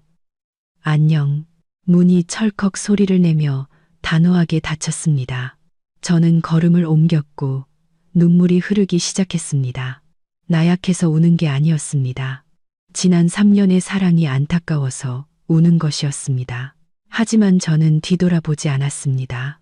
그 문 안쪽에서 민주는 넓지만 텅 빈 거실에 홀로 서 있었습니다. 더 이상 웃음소리도 따뜻한 음식 냄새도 화풀이하거나 기댈 아내도 없었습니다. 텅 빈 지갑과 지불해야 할 고지서들, 그리고 그 자신만이 남아있을 뿐이었습니다. 30살 남자의 인생 첫 교훈은 이제 막 0에서부터 시작되고 있었습니다. 끝까지 들어주신 시청자 여러분, 진심으로 감사합니다. 다음 영상에서 다시 뵙겠습니다.